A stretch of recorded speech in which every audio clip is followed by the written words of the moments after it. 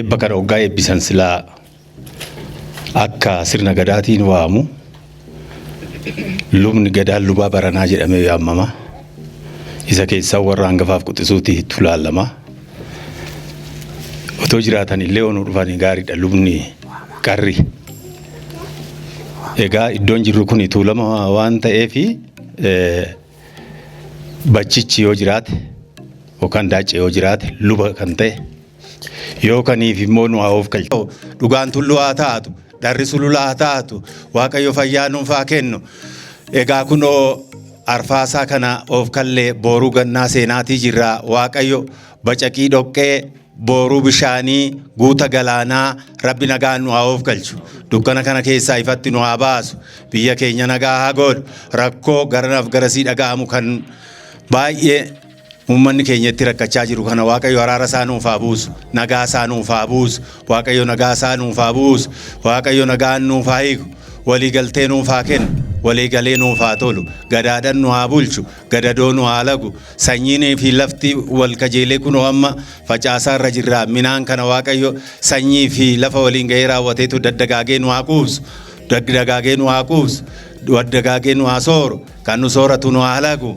Horiin haa horan. Ofataa bobbaan. Dhalaa galan. Kormicirri haa ta'u. Rimeen nyaphee haa ta'u. Oromoo tokko ta'a. Walii galaa. Wal jaaladhaa. Haphee ta'a. Wal qabadhaa. Damma ta'a. Walitti mi'aa. Ejersa hammee nyaataa. Murtuu sinaa dadhabdu. Galaana abbayyaa ta'a. Guurtuu waraabdu sinaa dadhabdu. Cirracha abbayyaa ta'a. Lakkooftu sinaa dadhabdu. Handoodee kormaa ta'a. Bonaa ganna lalisaa. Abidda tulluu kore ta'a. Gamaa gamanatti mul'adhaa.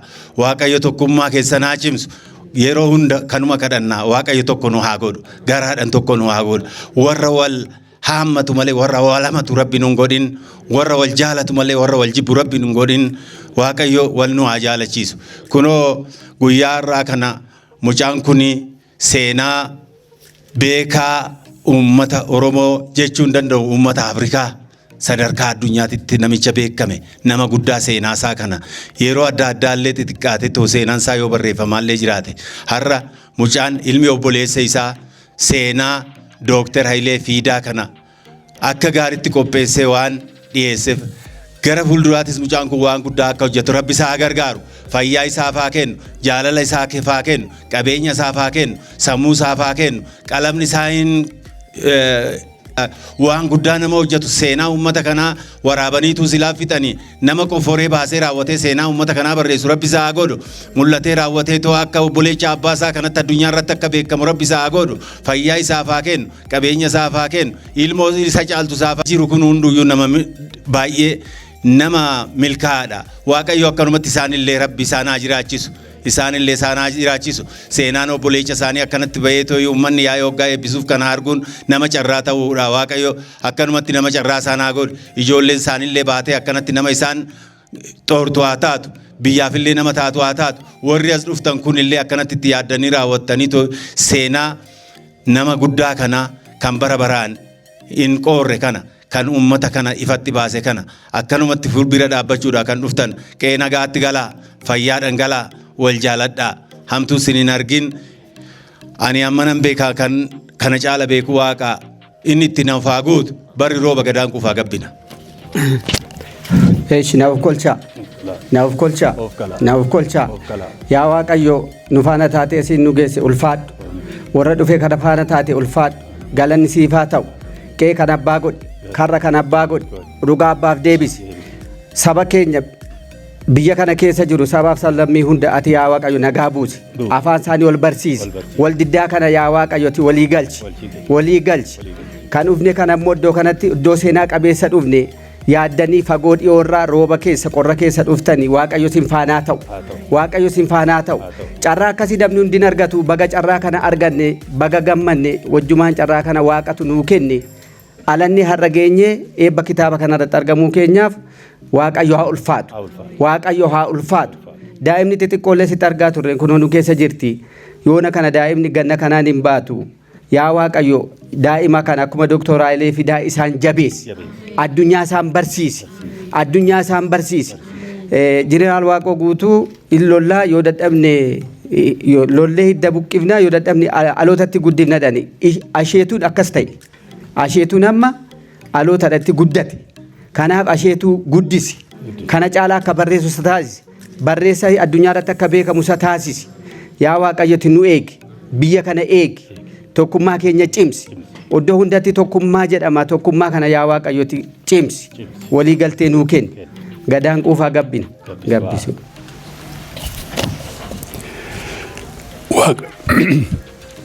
Waaqayyoo nagaan nu oolchee sa'aatii kanaan nu ga'ee galanni isaaf haa ta'u. Sa'aatii kanas yeroo kanas waan nu kenneef galanni Waaqayyoof haa ta'u. Kitaaba seenaa kana immoo barreessee dhalootaa gara dhalootaatti akka darbuuf kan dhama'ee hardhaaf eebba kanaaf kan geessise dargaggoo Ashannaafi immoo Waaqayyo haa eebbisu. Ammas kana caalaa kan biyyaaf bu'aa buusu kitaabota baay'ee isarraa eegnaatii Waaqayyo ammas immoo beekumsa qabu irratti beekumsa isaaf dabalu. Seenaan Dr. Hayilee Fidaa irraanfatamuu hin qabu, jajallifamuu hin qabu. Akkas fira isaarraa akka ittiin seenaan dhugaa maatii isaarraa yeroo barreeffamee dhalootaaf gara dhalootaatti darbu immoo darbuun isaa immoo biyyaafis seenaadhaafis uummata Oromoofis qabsaa'ota Oromoofis fakkeenya guddaa waan ta'eef irra deebi'ee dargaggoo Ashannaafi galateeffadhaa. Waaqayyo isaa eebbisu. Waaqayyo biyya keenya nagaa nuuf haa godhu. Waaqayyo walgahii kanaa eebba sirna eebbaa kanaa fiixaan nuuf haa baasu. Kana fetti immoo gaa Waaqayyo haa guutu.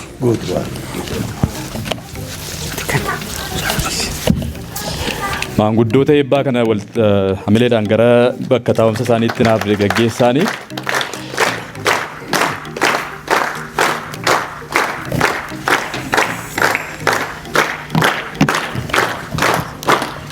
Maanguddoota keenya guddaa galateeffannaa. Sagantaan keenya itti fufa. Daqiiqaa muraasa keessatti egaa kan እናንተ እንቀበላችኋለን. Kanaafuu isaaniifis hamileen baga nagaadhaan dhuftanii nu jedhaanii. Amma abbaa cidaa abbaa jila kanaa gara waltajjiitti afeeruudhaaf jennaa. Ashannaafi siisaa egaa Wallagga Bahaa Arjoottidha kan inni dhalatee guddatee draftingii fi accounting and financeedhaanis egaa ogeessadha. Amma immoo Ethiopian Space Science and Geospatial Institute keessaati. Ogeessa mappingiiti. Kitaaba kana immoo egaa anatu naanis na ilaallata jechuudhaani. Yeroo tokko tokko wantooti nutti mul'atan tokko tokko hin jiru. Baay'een keessan namni social media fayyadamne jiraas keessa. Social media ma ittaqamaalla just. Xinnoo ishee karaa barreeffamaa kanaa karaa kitaabaa kanaa gaappii wayii akka uumamaa jiru nutti mul'ata. Egaa nu gidduu waa'ee kitaabaa irratti obbo Isaayyaas hordofaa caalaa namni waa'ee kitaabaa haasa'uu danda'u jireedhee yaadu waan meeqa gateetti arganii fi mootummoota yoon dogoggoruu baadhu obbo Isaayyaas mootummaa sadiitti argitaniittu kitaaba kana irratti haga yeroon siif dhiiftuutti kitaaba isaanii dubbiseera waan ta'eef jechuudha. Kanaafuu yeroo ammaa kana yeroo kitaabi eebbifamu keessumaati kitaabi Hayilee Fidaa yeroo inni eebbifamu galma kana keessatti namoota kana qofa taanee eebbisiisuu jechuun sirriitti wantoota baay'ee akka agarsiisu warroota miidiyaa isin argitu yaa'u nutis miidiyaa irratti hojjechuudhaaf hin yaalla waan baay'ee akkasin argitan abdiin qaba. Namni kun qofti nama uummata isaaf wareegama guddaa kaffalee kitaabi isaa yeroo inni eebbifamu namni kun qofaan dhufee eebbisiisuu jechuun obbo Isaayyaas fa'aa waan baay'ee akkasin irraati hubattan abdiin qaba. Inni kun egaa namoota as keessa jiran immoo namoota salphaa miti. Sagantaa akkasii irratti namoota argaman yeroo baay'ee sagantaa gurguddaa irratti namooti baay'een sagantaa isaa irratti argamanis hirmaadhee beeka gatiin ta'eef namoota garuu as keessatti argaman kana akka salphaatti miti kanan ilaalu fi akka dhuunfaatti. Sababiin isaa namni as keessa jiru Hayilee Fidaadhaa fi iddoo kennee kabajee sagantaa kana irratti argame jechuun nama seexaan wayii keessa jiru yookiin immoo nama waa raacitiin namummaa wayii keessa jiru akka ta'ettan hubadha. Kanaaf warri dhuftanii isiniif kabaja guddaa ulfina guddaan isiniif qaba. Obboleessa keenya Ashannaafi amilee guddaadhaani gara waltajjiitti nu afeeraani baga nagaan dhuftan isiniin jedhee sagantaawwan jiran immoo nu afeera. Sagantaa dookumentarii gabaabaa tokkos ni qabna waan ta'eef aga xumura sagantaa keenyaatti nu waliin tura. Ashannaafiitti garuu amileen kun itti xiqqaata.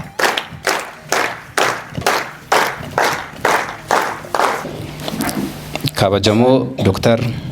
Alamuu Abbebe, kabajamoo obbo Isaayyaas Hordofaa, kabajamoo obbo Tolasaa Kishee, kabajamoo Obbo Tashoomaa, kabajamtoota Adaadolii koo Adaadaa koo Atsadee Fidaa fi Adaadaa koo fuuldura kootti argamtu Tsaayee Fidaa, kabajamoo Adda Atsadee, isinillee hundi keessanuu haala kanaan walitti qabamnee akka eebbisiisnuuf kitaaba kana akka eebbisiisnuuf waan nu gidduutti argamtaniif hunduma keessan iyyuu galata guddaan isiniif qabaa. Ulfaadhaa baga nagaan dhuftan. Kabajamtoota hirmaatota sagantaa kanaa waamicha koo fudhattanii kabajaa Hailee Fidaadhaaf qabdan haala kanaan agarsiisuudhaan bakka kanatti kan walitti qabamtan sagantaa bakka kanaa irratti argamtanii hirmaataa gammachuu keenya akka maatiittis jechuudha. Gammachuu keenya waan taataniif guddaa galatoomaa baga nagaan dhuftan jechuun barbaada.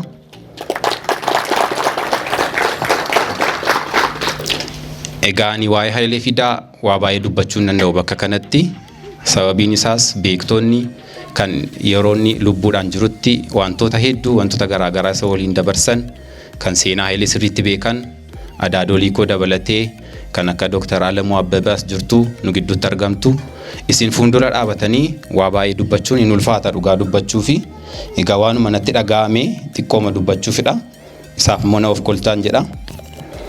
Hayyoonni Oromoo xiiqeffatanii kaanii seenaa fi eenyummaa Oromoo awwaalamee ture qotanii baasuun har'a Oromoon abbaa qubee fi abbaa siyaas dinagdee ta'ee jira. Hayyoota kanneen keessaa immoo Dr. Hailee Fidaa adda durummaan ni yaadatama. Dr. Hailee Fidaa qaanqee bilisummaa fi eenyummaa dhaloonni har'aa ittiin boonu hayyuu gumaachedha. Seenaan Hailee dhaloota kaleessaaf dhaloota qubee walitti hidhuudhaaf haphee cimaa ture. Dr. Haileen qomoon osoo hin daangeffamiin humna irreen bultootaa burkuteesse saba cunqurfamoo ifa bilisummaa dhamdhamachiisuuf ifaaja seenaan hin daganne gumaachee darbe.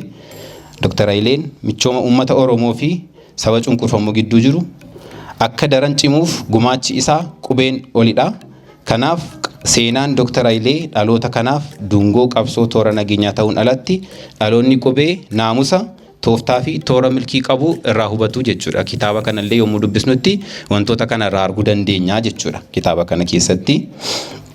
Egaa kitaaba kana haala kanaan qopheessuun kan barbaadamee fi ni jalqabaa Hailee Fidaa umurii jiraatee darbe keessatti akka sabaatti saba bal'aa Oromoof akka biyyaattis biyya Itoophiyaaf maal hojjetee darbe gahee akkamii taphatee darbe isa jedhu namoota gadi fageenyaan isa hin beekneef hubannoo uumuuf yaadamee ta'an ni jalqaba.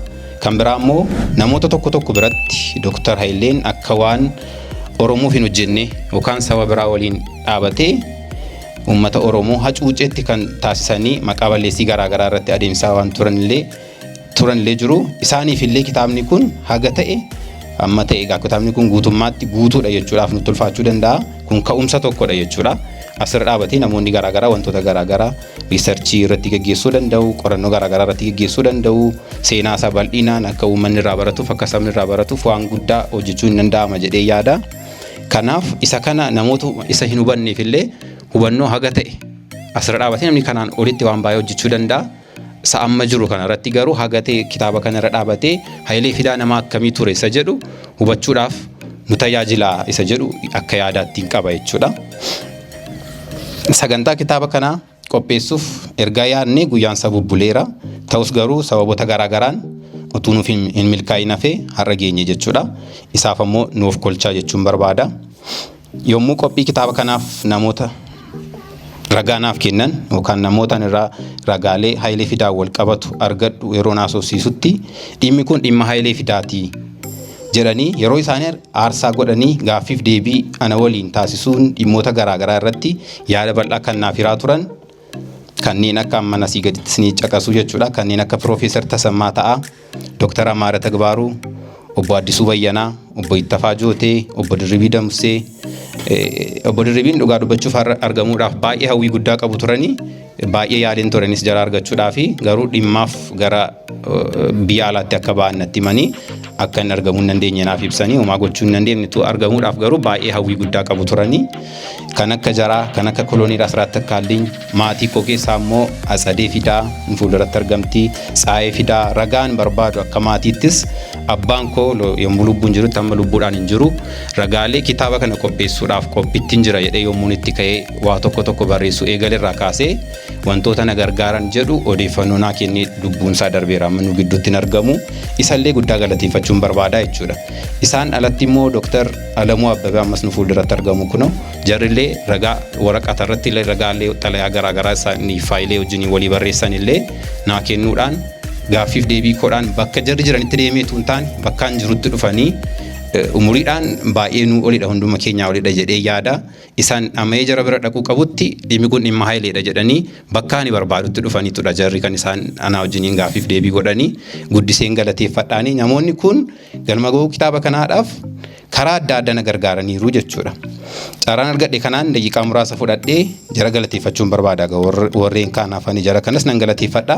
Warroota kanaa gaditti immoo eebba kitaabaa kanaaf kitaabni kun maxxanfamee ba'ee sadarkaa eebbaarra akka ga'uuf namoota na gargaaran jara immoo xiqqoo galateeffachuun barbaada. Daqiiqaa 4-5 sin jara fudhadhu xiqqoomadha baay'ee muraasadha.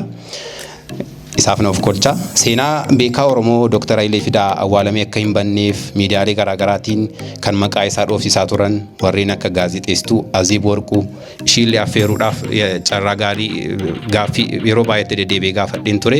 Hojiidhaan akka wal qabatte dhuftee irratti na argamu akka hin dandeenyedha. Yoo naa danda'ame namoonni bakka buusa jettee turte garuu namni bakka bu'ee dhufeera haa ta'u na gidduutti asitti namni na quunnamee hin jiruufidha. Nu gidduutti argamus danda'u. Ishiin kan akka gaazexeessaa Darajjaa Hayilee Obbo Zinaabuu Asraat dookumentarii seenaa Hayilee Fidaa irratti gadi fageenyaan hojjechuudhaan haga bakka dhaloota isaa bakka guddina isaatti deemuudhaan dookumentarii garaagaraa irratti hojjetanii namoonni akka inni awwaalamee hin hafne godhan hedduudha. Jarallee baay'ee galateeffachuun barbaada jechuudha.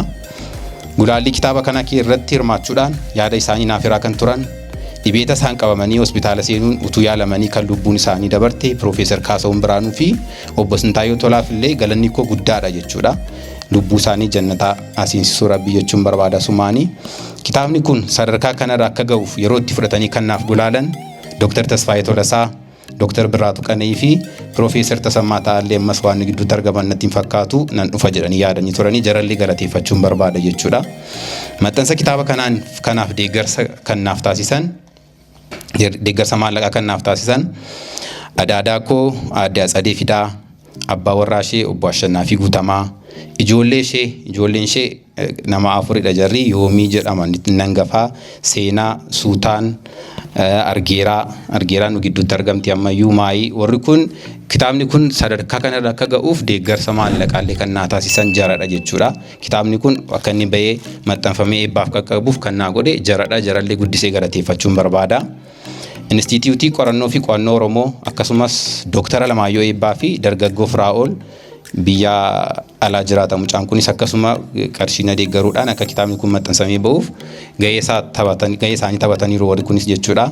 Qola kitaabaa kan naaf hojjete Daani'eel Ahmed jedhamanis nu gidduutti hin argamne innis baay'ee dheeraa qola kitaabaafis wantoota garaagaraadhaan wal qabate jarallee hundumaa galateeffachuun barbaada jechuudha. Haadha koo Aadde Aragaash Bashoo nu gidduutti argamti isheenis yeroo hundaa guyyaa tokkotu hin irraanfatiin jechuudha. Kitaabni kee maalirra ga'eera? Sadarkaa maalirra jira amma? Erga maxxanfamee booda immoo yoom eebbisiisuudhaaf karoorfattee jechuudhaan waan baay'eedhaan yaadaan na deeggaraa turteetti isheellee galateeffachuun barbaada jechuudha.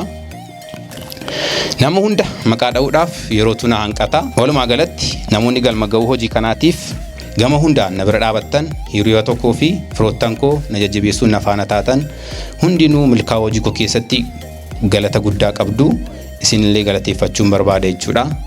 Ammaan kana immoo obbo Qajeelaa Mirdaasaa nu gidduutti argamaniiru jarillee dhimuma kitaaba kanaadhaan wal qabatee hojii isaanii yookaan yeroo isaanii kana qisaasessanii dhufanii as nu gidduutti argamaniiru jarallee kanaa galateeffanii barbaada.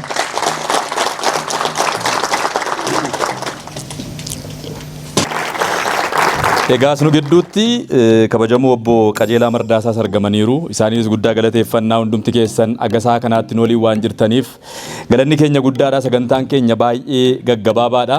Keessumaayyuu dookumentarii kanarraati wanti nuyi addatti hubannu garaagarummaa ilaalcha siyaasaa jechuun wal jibbuu fi wal gaarreeffachuu jechuu osoo hin taane wanta tokko ija lamaan ilaaluudha jedheeti amanaa Hayilee Fidaa jedhanii warri afaan Amaariffaatiin ibsaa turan hiriyaan obbo Hayilee Fidaa sirriitti ibsaa turaniiru.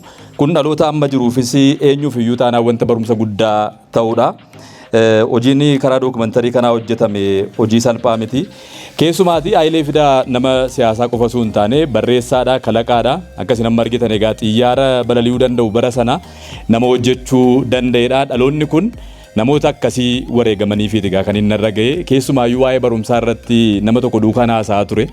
Waan isaan naan jedhamaa inni Hayilee Fidaa salphaatti mini kan inni barumsa jaallatee waa'ee barumsaa haasaa fi barumsa barataa ture.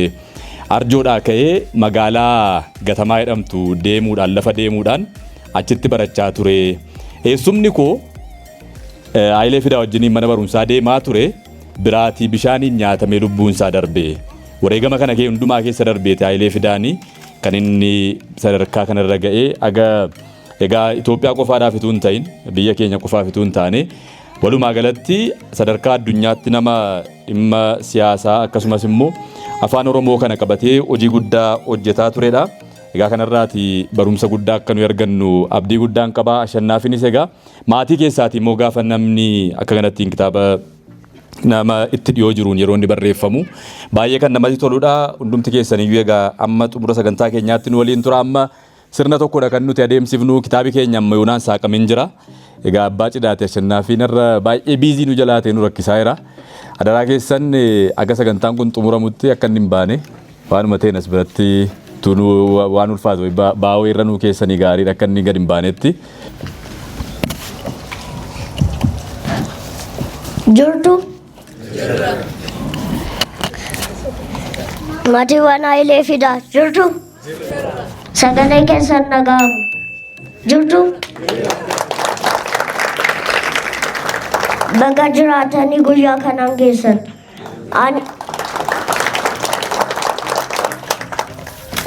An waan fuulduraa keessanii ba'eef waan Hayilee Fidaa madaalu kadhatee utuu hin taane jaalalummaa isaaf qabu ibsuudhaaf walaloo xiqqoo tokko qabatee yaadeera. Walaloo walaleessaa gurra naaf ergisa, gurra goofaa miti afaanii callisa. Mata duree walaloo koo goota qubee. Qubee haaraa nuti itti fayyadamnu jaarraa santu boce. Hayilee Fidaa fa'aa Sheek Bakir Saphalloo. Kan akka Asteer Gannoo Otismoos Naasiif fa'aa. Qalbiin haa hubannu jaarreen kana yoomuu galateeffannu. Jaarreen kana yoomuu galateeffannu. Qubeen nuuf bocan kun seera ofii qaba. Sagalee akka dheeraa fi gabaabaa, fuudhaa fi rafuutaa ammas laafaa fi jabaa. Kan Oromoo ta'e kana baruu qaba. Yoo kana hin barre nama harka daba. Wanti barreessitu hundi qaba. Wanti barreessitu hundi qaba. Wanta dhaggeeffataniif guddaa galatoomaa.